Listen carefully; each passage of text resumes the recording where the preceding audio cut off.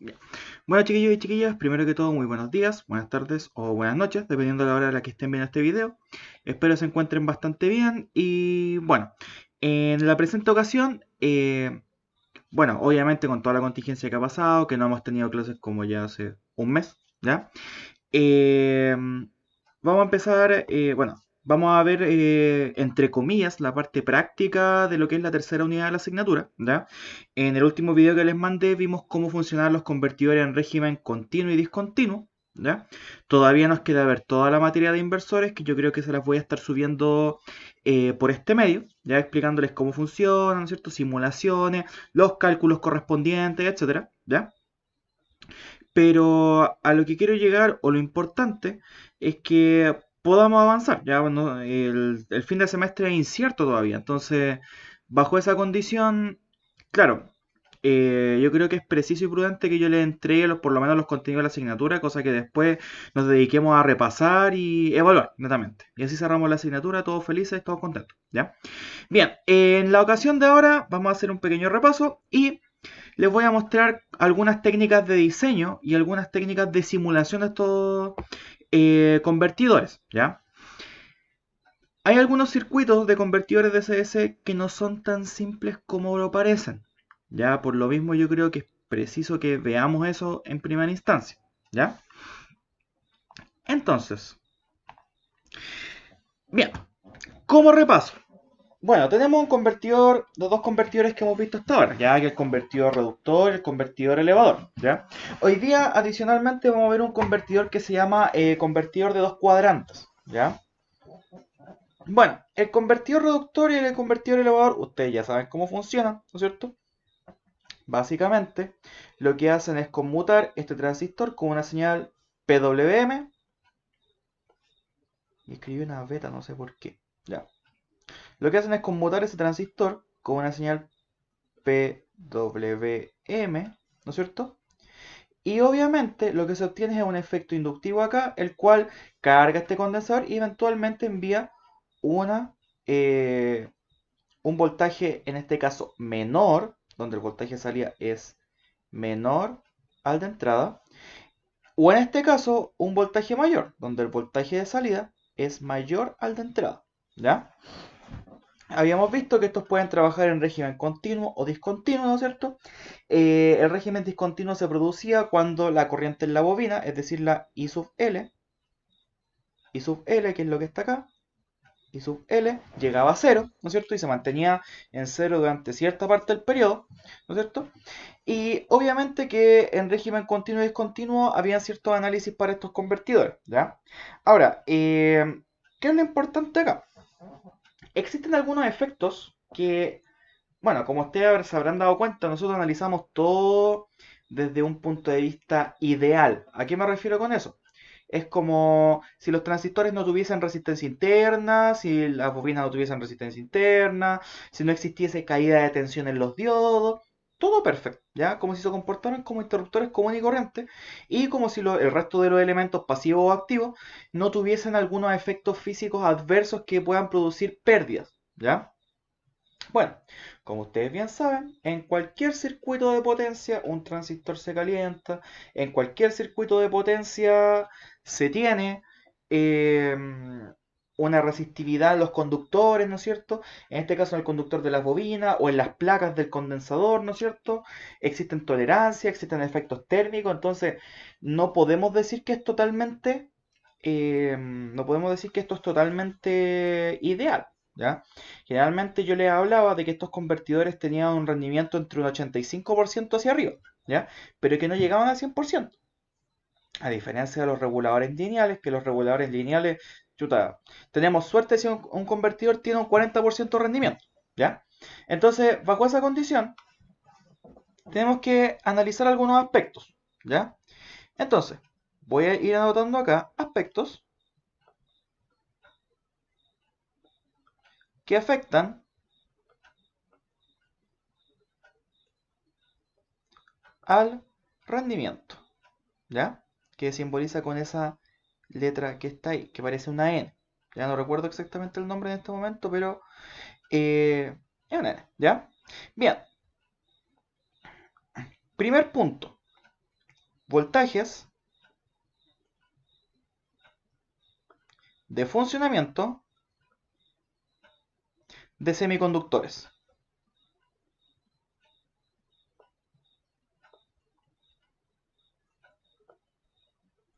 Ya, eso es lo primero.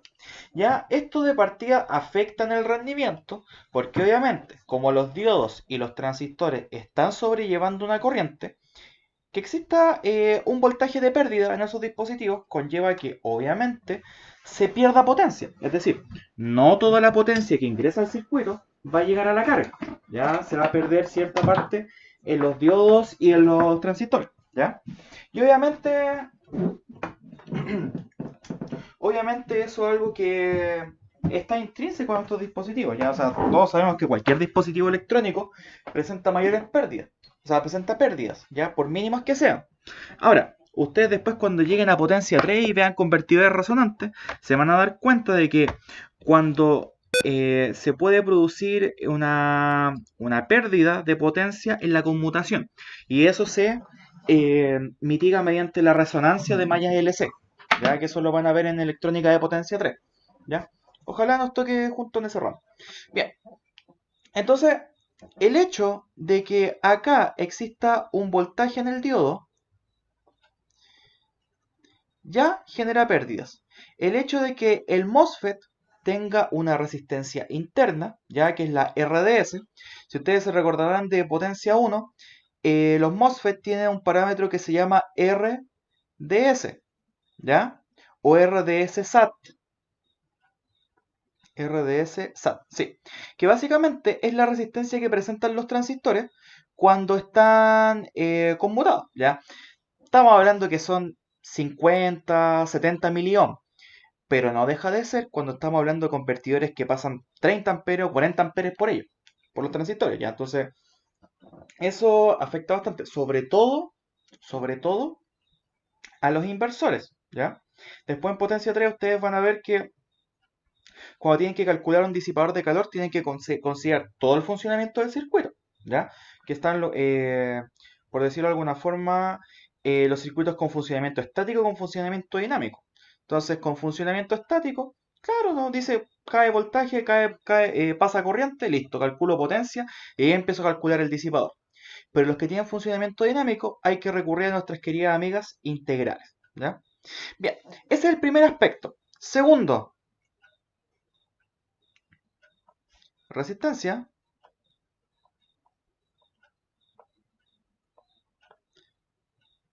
del conductor de la bobina.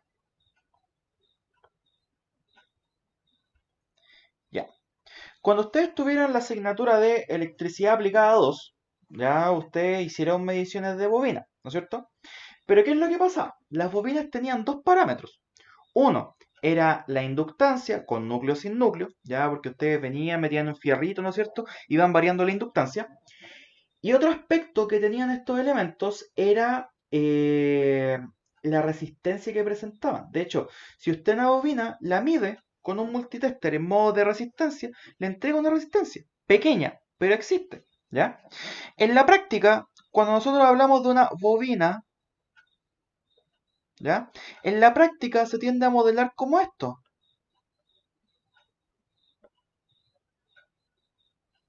Una resistencia de conductor y una inductancia. ¿Ya?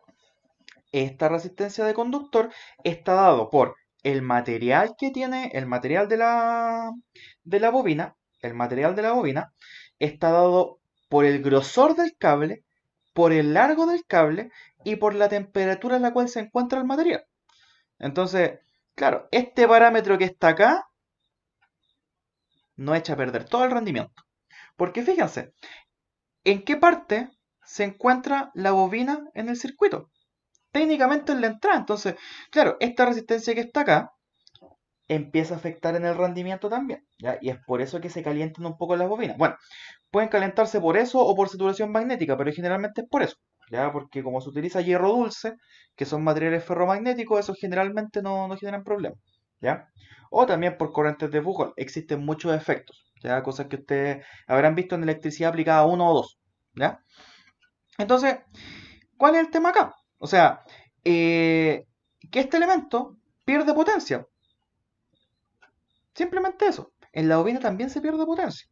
Entonces, si yo sumo las pérdidas de potencia en los semiconductores, la resistencia del conductor de la bobina, esto genera un funcionamiento un poquito errático en los convertidores. O sea, usted puede, por ejemplo, diseñar un convertidor así como a manito, con los cálculos, todo perfecto, pero después en la hora de los cubos, no sé, pues si usted calculó que va a tener 50 volts, quizás va a tener 48.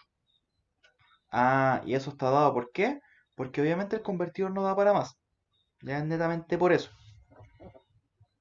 Bien, entonces, si nosotros consideramos acá, por ejemplo, en un convertidor boost,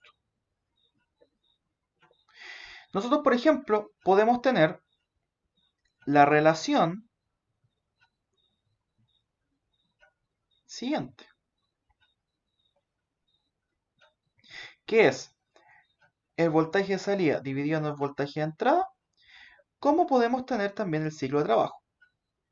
Obviamente, nosotros sabemos que si trabajamos en régimen continuo, ¿ya?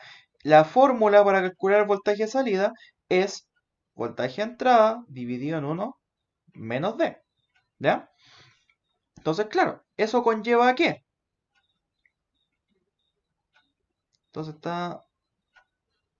Ya. Y aquí vamos a colocar lo que es lo ideal. Entonces, esto partiría del número 1 hacia arriba, ¿no es cierto? Y ahí hasta llegar al infinito, ¿ya? Entonces, a medida que va aumentando el ciclo de trabajo, es decir, a medida que se va acercando al 100%, esto obviamente se va acercando al infinito y más allá, como dice el Buzz Lightyear, ¿ya? Pero ¿qué es lo que pasa en la práctica? Por estos efectos que se producen acá, obviamente, esto tiende a cambiar un poco, o sea, ya, va a funcionar de tal manera, pero... Ya, ¿qué pasó ahí? Acá, el efecto de la resistencia de los conductores y el efecto que de la potencia que se pierde en los semiconductores, además afectan el voltaje entrada-salida. ¿Ya? ¿Por qué? Porque imagínense el siguiente caso. Están con un convertidor Buck, ¿ya? El cual tiene una carga que está consumiendo 5 amperes. Ya, perfecto. Pero después aumentan la carga para que consuma 7. ¿Qué pasa si el convertidor no es capaz de entregar los 7 amperes? O sea, puede que pase a trabajar en régimen discontinuo, ¿ya? Pero la verdad lo que va a pasar es que se va a empezar a sobrecalentar el transistor, se va a empezar a sobrecalentar el diodo y se va a empezar a sobrecalentar la bobina. Y eso va a influir también en que, como estos elementos tienen una resistencia, obviamente a mayor corriente, mayor voltaje se pierde en esos elementos. Por tanto, más que potencia también se pierde voltaje, ¿ya? Y con eso es lo que hay que tener ojo, ¿ya? Entonces, en la práctica, yo les puedo decir, o sea, esos cálculos que hemos hecho hasta ahora, en lo ideal, por ejemplo, yo inclusive podría armarme un taser con un convertidor boost. Los tasers son esos para de estos de electrocución defensa personal, pero la realidad no da para mucho, ¿ya? Ahí es más o sea, más factible utilizar un convertidor flyback, pero los convertidores flyback los vamos a ver cuando veamos inversores, ¿ya? Porque ahí después de que veamos inversores vamos a ver vamos a devolvernos un poquito la primera unidad y vamos a ver cómo se mezclan estos convertidores entre sí, ¿ya? Bien, ya, esa es una cosa que yo quería conversar con ustedes, ya que era el tema del rendimiento y las cosas que pasan realmente en la práctica, ¿ya? Entonces, vamos a ver, por ejemplo, una simulación de un convertidor boost, ¿ya? De un convertidor boost. Entonces acá vamos a abrir nuestro queridísimo software Proteus. Si ustedes me preguntan a mí, yo la verdad no me gusta usar mucho Proteus porque como está basado en Spice, ya en Spice tiende a generar muchos errores, ¿ya? Bien, entonces observen acá, miren. Acá, yo por ejemplo, tengo un convertidor boost, ¿no es cierto? De 12 volts, ¿ya? Son 12 volts de entrada, una inductancia de 470 microhenrios, ¿ya? Con núcleo de hierro, ¿ya? Un transistor IRF 540, ¿no es cierto? ¿Ya? Tengo acá un diodo switching, ya que este diodo, bueno, un modelo que... Busqué un modelo que se pudiese comprar, que es un 20T S20, creo que son para hasta 20 amperes, si no me equivoco. ¿Ya? Un capacitor de 330 microfaradios, una resistencia de 150 ohms, ¿no es cierto? Y acá, fíjense que tengo una señal de pulsos a la entrada. Una señal de pulsos. Entonces, acá le puse 15 kHz a un 90%. ¿Ya? Primero, deberíamos comprobar si esto trabaja en régimen continuo o discontinuo. ¿Ya? Pero yo me aseguré de que la inductancia fuese lo suficientemente grande. ¿Ya? Así que de eso no se preocupen. ¿Ya? Entonces, con un 90%, vamos a los cálculos. Por ejemplo, tengo 12 dividido en 1 menos 0.9. Debería tener 120 volts a la salida. 120 volts. Pero fíjense que no me da más de 100 volts. ¿Por qué no me da más de 100 volts? Veamos si, por ejemplo, bajo el ciclo de trabajo para que me dé efectivamente 100 volts. ¿Ya? Entonces acá, por ejemplo, ¿dónde está? Ya. Entonces podemos decir, por ejemplo, 100 volts es igual a 12 dividido en 1 menos t. Y dice que el ciclo de trabajo tiene que ser del 88%. Veamos. Ok. Si le damos play, 99.7. Se acerca a los 100. ¿Ya? Vamos a ver, por ejemplo, si yo quisiera 80 volts.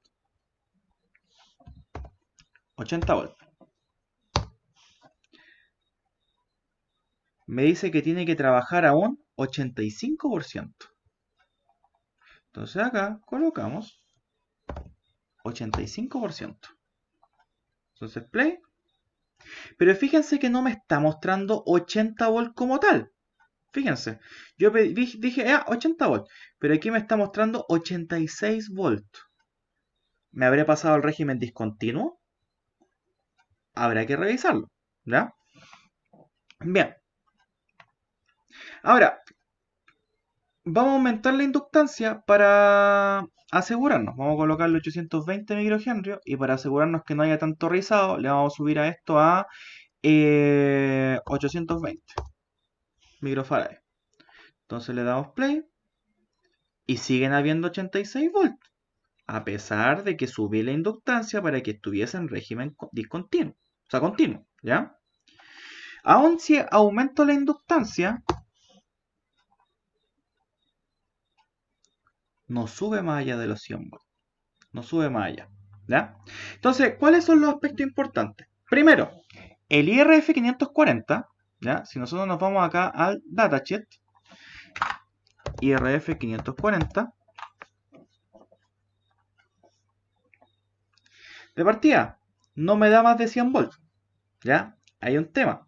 Y el otro tema es la RDS encendido, que son 77 miliohms, ¿ya? Entonces, claro, este lo puedo reemplazar, por ejemplo, con un IRF 740, que es de 400 volts. IRF 740, ¿ya? Entonces, si ustedes se van fijando, claro, hay muchas cosas que hay que considerar, ¿ya? No es que esto llegue y funcione a la primera. Ya, por ejemplo, acá me está tirando... Me está tirando errores de Spice. Voy a tener que cambiar el transistor por el otro modelo. Que, bueno, ustedes ya conocen Proteus. Proteus es bastante mañosito. Ya, IRF... Hoy no está con... Ya. No está con diodo damper, así que ya. No tenemos otra opción. Ya. Entonces, claro. Fíjense que al cambiar el transistor... Bueno, Proteus empezó con sus mañas. ¿Ya?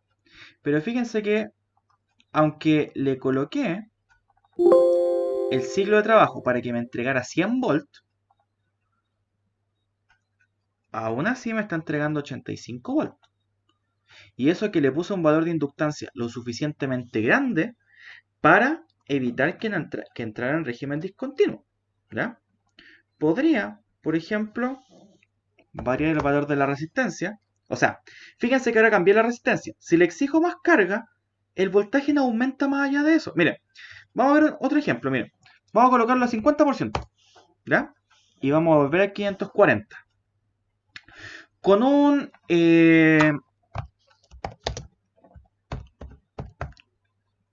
un ciclo de trabajo en 50% debería tener 24 volts. ¿Ya? Entonces acá colocamos el 540, ¿no es cierto?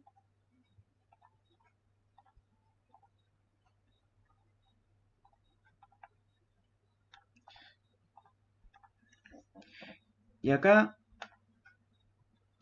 me entrega 23.8, no me entrega 24. Por ejemplo, le puedo bajar la carga a 33, es decir, le bajo la cantidad de corriente que está exigiendo, y ahí empieza a subir como hasta 23.9 más o menos, ¿ya? Entonces, claro, hay que tener ojo con ese tipo de cosas, ¿ya? Si por ejemplo yo le subo la carga, a riesgo de entrar a régimen discontinuo, obviamente, ahí baja a 23.6, ¿ya? ¿Y eso por qué? Porque acá se está perdiendo potencia, acá se está perdiendo potencia y acá se está perdiendo potencia, ¿ya? Entonces, claro, ahí nos vamos a dar cuenta de que no todas las simulaciones trabajan de forma ok, ¿ya? Pero al menos este es el paso para trabajar con un boost, ¿ya? Ahora, eventualmente se podría hacer un control con el microcontrolador, ¿ya? Eso yo creo que se los voy a subir en otro video, ¿ya? Porque explicarles cuál es el algoritmo de control, hay que repasar un poquito de lo que están viendo con Braulio en simulación y control, que es control, no sé si habrán llegado a control PID, si no es así, se los tendría que explicar, ¿ya? Entonces, claro, es un tema un poquito engorroso de tratar, pero necesario, creo yo. ¿Ya? Porque hay muchos circuitos integrados, por ejemplo, el LM2596, el 2576, ¿no es cierto? El MCP4300. Bueno, es un circuito integrado que actúa de convertidor BUC, ¿ya? Entre otros, internamente tienen un control con retroalimentación. Entonces, hay que formar un lazo de control y al menos yo se los voy a mostrar con microcontroladores, ¿ya? Antiguamente, y de hecho en el Daniel W. Hart, que es el libro que yo ocupo de Biblia en la asignatura, aparece con amplificadores operacionales. La verdad, eso es como tecnología arcaica. Ya yo la verdad ya no lo ocupo. Bien, ahora, volvamos a la PPT. Ya, perfecto. Podemos simular un bug sin problema. Pero ¿cuál es el tema? Y es un tema que yo les quería explicar ahora, que generalmente no se explica en ninguna asignatura, entonces yo creo que es importante. ¿Ya? Bien, por ejemplo, el convertidor BUC, obviamente, todos sabemos que es súper fácil de implementar, ¿ya? De hecho, hasta con un 555 pueden generar la señal de pulso, ¿ya? Ahora, ¿cuál es el tema? Que obviamente aquí hay una tierra común para todo el circuito y acá se genera súper bien el voltaje VGS, ¿ya? El voltaje VGS es el voltaje que se requiere en un MOSFET para dispararlo, ¿ya? Al igual que el IGBT, que es el voltaje base emisor, el VBE, ¿ya? Entonces, ¿cuál es el problema? Ya, con el bus no tenemos ningún, o sea, con el bus no tenemos ningún problema. Pero ¿cuál es el tema? Miren, si yo por ejemplo hiciera con un 555 un convertidor reductor, un BUC, ¿ya? Lo armara y todo el tema, ¿qué es lo que pasaría? El voltaje VGS está entre este punto y este punto de acá. Ahí está el voltaje VGS. Entonces, ya, ahí tenemos un problema. ¿Cómo conmutamos ese transistor? ¿Cómo? Es una buena pregunta, ¿no es cierto? Ya, uno podría decir, no, pero podemos colocar otra fuente y colocamos la tierra conectada ahí. La idea es evitar colocar más fuentes, ¿ya? Entonces, ahí se utiliza algo que se llama bootstrapping, ¿ya? O el denominado voy a anotarlo acá. Condensador bootstrap. Condensador bootstrap, que es este que está acá. ¿Ya? Bien, entonces, ¿cómo funciona esto? ¿Ya? ¿O qué es lo que hace este circuito? Miren, esto sirve para poder disparar los, en cierta forma, los transistores que están en el torrente o en el cuadrante alto, ya por decirlo de alguna forma. ¿Ya? Si ustedes recordarán del puente H que generalmente se ve en microcontroladores para darle la vuelta a un motor, ese puente H tenía transistores que estaban conectados en, en la línea de tierra y otros transistores que estaban en la línea de positivo. ¿Ya? Entonces, ¿qué es lo interesante acá? ¿Ya? Con los transistores bipolares no hay ningún problema porque puedo utilizar transistores NPN y PNP. De ahí los PNP obviamente conecto el emisor al positivo y después tiro a tierra la base, listo, conmutado, perfecto. Pero a ustedes se les mencionó en electrónica de potencia de que esos transistores ya no se ocupan para potencia. ¿Ya? Los que se ocupan son los MOSFET y los IGBT. ¿Por qué? Porque tienen mayores velocidades de conmutación. ¿Ya? Tienen mayores velocidades de computación. A diferencia de los transistores BJT, los BJT estamos hablando que el que les da mayor velocidad de conmutación, creo que son los VC 540 y algo, 530 y algo, y eso estamos hablando que son como unos 30 kHz, más o menos, ¿ya? Porque eso generalmente se utilizan en receptores de radio y cosas así, entonces están hechos para soportar altas frecuencias. El problema es que no están hechos para soportar altas potencias, ¿ya? Entonces, ¿qué opción nos dejan? Utilizar MOSFET o IGBT. De hecho, el condensador Bootstrap se utiliza principalmente MOSFET, ¿ya? De canal N. Después les voy a explicar por qué no se ocupan los de canal P. O se ocupa también en IGBT, ¿ya? Bueno, los IGBT no tienen canal, porque básicamente es un híbrido entre un MOSFET y un BJT, ¿ya? Entonces, ¿cómo funciona este circuito? Miren, ya. Nosotros tenemos acá la carga, ¿no es cierto? Ya, tenemos la carga, ¿no es cierto? Y tenemos el transistor con el cual vamos a colocar una señal PWM, etcétera, ¿ya? La magia de este circuito es la siguiente. Fíjense, imaginemos que el transistor está apagado. Entonces está apagado, ¿ya? ¿O no? No, está encendido. A ver, miren, ¿qué es lo que pasa? Miren, cuando yo energizo este circuito, mejor, yo creo que eso lo voy a explicar mejor. Cuando yo energizo este circuito, empieza a recorrer una corriente, el diodo, que pasa por el condensador, ¿no es cierto? Y esa corriente que viene del condensador pasa a la carga, ¿ya? Entonces, ¿qué es lo que está ocurriendo ahí? Básicamente, lo que está ocurriendo es que se empieza a cargar el condensador, ¿ya? Bien, entonces se cargó el condensador, perfecto. ¿Qué produjo eso? Ignoremos este transistor que está acá, el transistor Q, ¿ya? Entonces, ¿qué es lo que ocurre acá? Ese voltaje que se encuentra acá, el VC, fíjense que está conectado un pin al surtidor del transistor y el otro pin pasa por una resistencia a la puerta del transistor. Por tanto, el voltaje VGS está dado por el voltaje en el condensador, ¿no es cierto? Perfecto. Asumiendo que obviamente como esto tiene una compuerta aislada, por aquí no está pasando ninguna corriente, ¿ya? Entonces, ¿qué es lo que ocurre ahí? El transistor en cierta forma se enciende, ¿ya? Queda encendido. ¿Ya? ¿Qué es lo que ocurre cuando se apaga esto? ¿Ya? Lo que pasa es que cuando yo conmuto este transistor, ¿ya? Acá técnicamente estoy cerrando este switch que está acá, que va a tierra y que va a esta conexión de acá. Entonces, ¿qué estoy produciendo acá?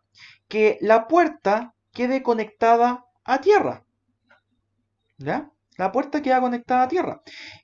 Y el surtidor, como está conectado a tierra a través de la carga, técnicamente, cuando está encendido, queda con el voltaje condensador. Pero cuando está apagado, es decir, cuando esto de acá yo le mando un pulso positivo, este transistor se apaga, dejando el VGS en 0 volts. Entonces, de esa manera funciona el bootstrapping, ¿ya? Básicamente es una forma de conmutar los transistores que se encuentran en alto. Ahora, ¿para qué nos sirve eso? Nos sirve para armar un convertidor buck, por ejemplo. Nos sirve para armar un inversor, ¿ya? Sirve para muchas cosas. Entonces, es recomendable que ustedes manejen esto, ¿ya? Que es el bootstrapping. Después, cuando lleguen a aplicaciones de potencia y tengan que armar, yo preferiría mil veces que armen un circuito bootstrapping, donde van a utilizar uno o dos transistores, en vez de estar utilizando un circuito, en vez de estar utilizando, ¿cómo se llama esto? Un transistor, se me va la onda. Que utilicen un bootstrapping a que estén utilizando transistores BJT o que estén comprando circuitos integrados que les van a valer 4 lucas y que probablemente se les quemen en la segunda o tercera pasada. ¿Ya?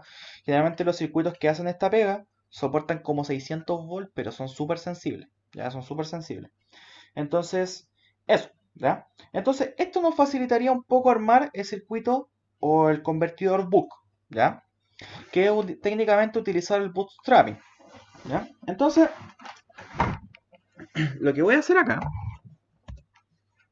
es que este circuito que está acá lo vamos a convertir en un convertidor buck, ¿ya? Entonces, esto se va, esto se va, este cablecito se va, ¿ya?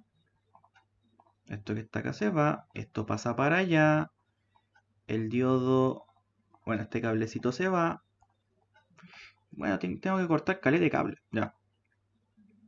Mira. Entonces, ahí, ya, se conecta el transistor del... Ya, perfecto, aquí tenemos un convertidor buck sano y salvo, ¿ya? Bien, ¿qué es lo cual es el tema? Miren, yo puedo, por ejemplo, fíjense que acá yo voy a echar a andar el circuito así tal como está, ¿ya? Lo voy a colocar a simular así tal como está. Entonces, ¿cuál es el tema? Tienen que pensar que el voltaje de pulsos que se encuentra abajo se encuentra entre el pin de puerta y tierra, ¿ya? Con un 50% de ciclo, esto debería ser 6 volts a la salida. Ya, ¿por qué nos entrega 1.81? Si nosotros observamos con el osciloscopio, ¿ya? Yo voy a observar aquí con el osciloscopio. Acá, en este punto principalmente, debería tener pulsos de 12 o 0 volt. 12 o 0, 12 o 0, 12 o 0. Entonces, si le coloco play, ya, ¿tengo los pulsos? Sí. Voy a colocarlo, en este caso, bueno, esto debería ser DC, ¿ya? Pero fíjense, lo voy a colocar en 2 volts por división, ¿ya? Y voy a colocar el 0 por acá. ¿Qué está pasando ahí? No alcanzan, con suerte son 5 volts los que tengo en los pulsos. Por eso es que de esta forma yo no puedo hacer nada, ¿ya? De hecho, podrían hacer el experimento ustedes de armar un oscilador de pulsos del 555, armar este mismo circuito y la pata 3 conectarla acá. Tengan por seguro que no les va a funcionar. No les va a funcionar, ¿ya? Entonces hay que añadir el bootstrapping, ¿ya? Entonces, voy a tirar esto para acá, para que quede un poquito más ordenado.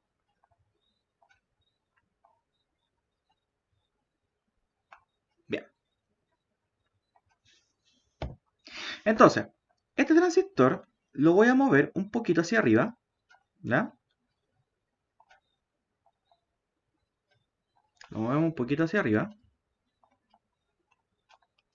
Y acá voy a colocar, obviamente, un diodo, ¿ya? Un diodo, ojalá un diodo switching, ¿ya?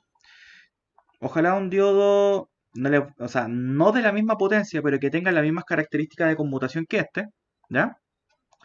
Voy a colocar un capacitor, ¿ya? Generalmente estos capacitores no son más grandes de 10 microfaradios, ¿ya?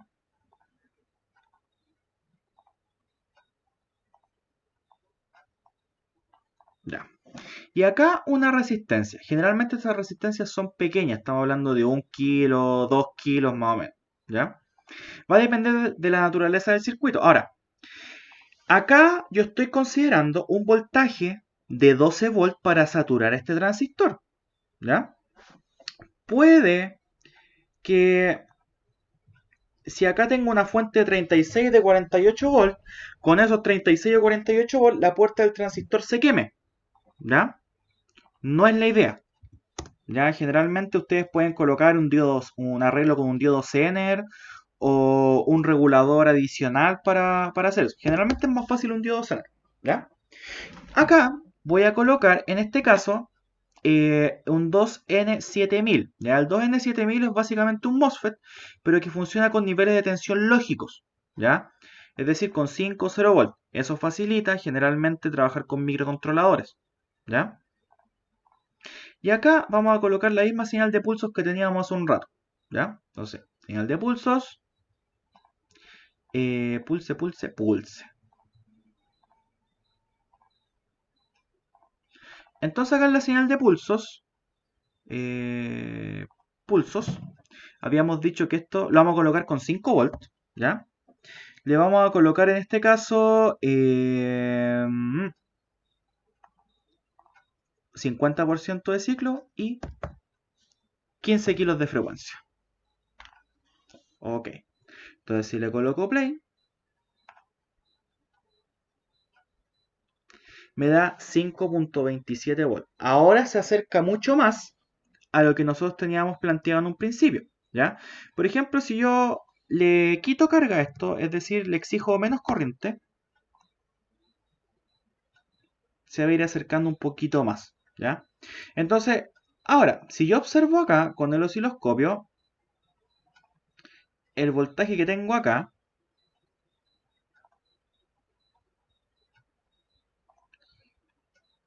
le apachurro el play, ¿ya? Entonces aquí lo tengo en 5 volts por división, ¿ya? Y fíjense, lo voy a colocar en DC, voy a apagar los otros canales, off, off, off.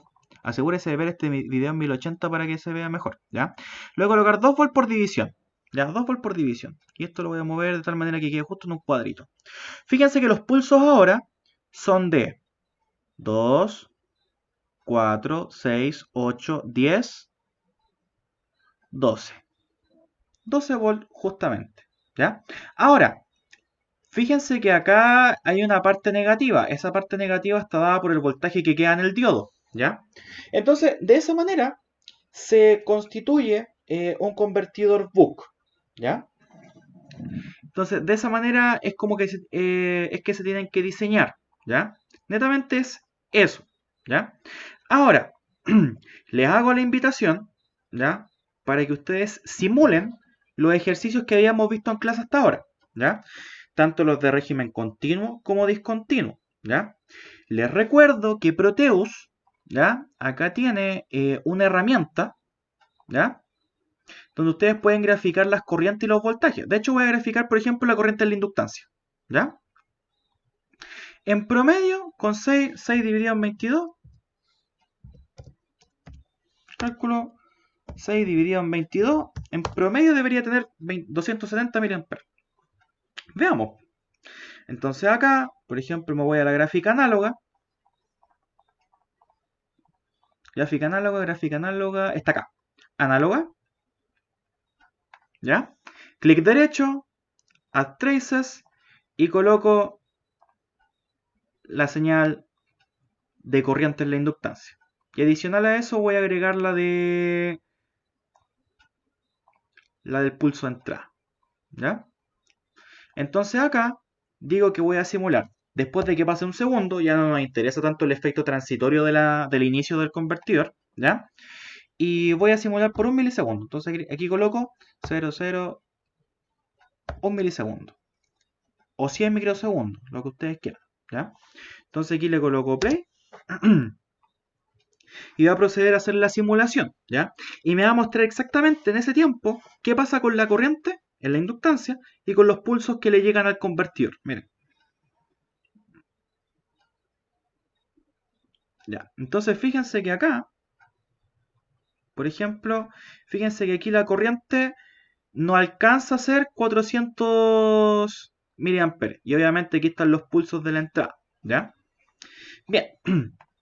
Ahora, hay algunos casos donde esta técnica no es lo suficientemente buena, por decirlo de alguna forma. Ya no es lo suficientemente buena. A ver, me explico. Digo que no es suficientemente buena porque la conmutación de los dispositivos que están arriba, ¿ya? No es 100% perfecta. Y esto dado de que el condensador de Bootstrap, que es el que está acá, se tiene que cargar a través de esta etapa, ¿ya? Muchas veces eso no es conveniente, ¿ya? Entonces, lo que se hace es convertir esto en un convertidor BOOC, pero de dos cuadrantes. Entonces, ¿qué es lo que hacemos acá? Miren, se elimina este diodo que está acá y se reemplaza por un transistor de las mismas características del de arriba. Exactamente de las mismas, ¿ya? De hecho, ustedes van a ver si en algún momento compran un convertidor BOOC para, no sé, el auto, para jugar con alguna batería, etcétera. Se van a dar cuenta que van a encontrar ese tipo de cosas, ¿ya? Entonces, lo que se va a hacer acá es lo siguiente. Miren, tengo acá la señal de pulso un 50%, ¿ya? Acá voy a colocar una resistencia. Resistor. Una resistencia grande, ya da lo mismo el valor, ¿ya? Y esa resistencia la voy a colocar acá, ¿ya? ¿Para qué? Para que aquí exista un voltaje de pulsos, ¿ya? Ese voltaje de pulsos me va a accionar a otro transistor igual a este Q2, ¿ya? No sé qué dice acá, ahí sí, que lo quería mover un poquito más para acá, ¿ya? Es decir, tengo que agregar otro transistor más que va a ser para activación. Entonces, agrego ese transistor por acá, ¿ya? Yo creo que esto lo voy a mover más para el lado para que se vea mejor, ¿ya? Entonces, este transistor lo coloco acá, ¿no es cierto? Y aquí conecto la puerta, ¿ya? Entonces, ¿qué voy a colocar acá? Voy a agregar acá, bueno, esto se podría hacer inclusive con transistores bipolares, pero tienen que ser transistores de alta frecuencia, ¿ya? Entonces, con el primer transistor conmuto al segundo y además de conmutar al segundo, este conmuta al de acá, ¿ya? Es eso. Si le coloco play, ustedes se van a dar cuenta que funciona, pero ahora el voltaje es un poco más alto, ¿ya? ¿Por qué? Porque obviamente el efecto de este transistor que está acá produce que ese voltaje que está abajo por efecto del diodo se pierda, ¿ya? Ahora, no es tan, ¿cómo se lo explico? No es tan determinante si van a utilizar uno de dos cuadrantes o no. O sea, si es para pequeñas potencias, no hay ningún problema, ¿ya? Pero si es para grandes potencias, ahí empieza a incidir este tema, ¿ya? Por lo pronto, yo les recomiendo que se queden con el diodo, ¿ya? El convertidor de dos cuadrantes, si bien es útil, no vamos a decir que es 100% perfecto, ¿ya? Bien, entonces, al menos eso era lo que yo quería tratar con ustedes en esta ocasión, ¿ya? En el próximo video que yo les voy a subir para esta asignatura, ¿ya? Les voy a mostrar cómo se hace el control con retroalimentación de estos dispositivos, ¿ya? Mejor dicho, cómo yo me aseguro que con las fluctuaciones de carga, ¿ya? Es decir, no sé, si cambio, no sé, si en un momento le exijo 1 ampere al convertidor, después le exijo 2 amperes, cómo yo me aseguro, ¿ya? Que con esos cambios el voltaje va a ser el mismo a la salida, ¿ya? Y ahí va a utilizar un microcontrolador, les voy a mostrar un pequeño programa y vamos a repasar un poquito de lo que habrán visto en simulación y control, ¿ya? No sé si lo habrán visto todavía, ya es un tema que eh, no escapa de mi persona, pero si no es así, obviamente yo se los voy a explicar y cómo se aplican los convertidores de CDC, ¿ya? Entonces, eso por ahora, ¿ya? Cuídense harto, que estén bien y nos vemos.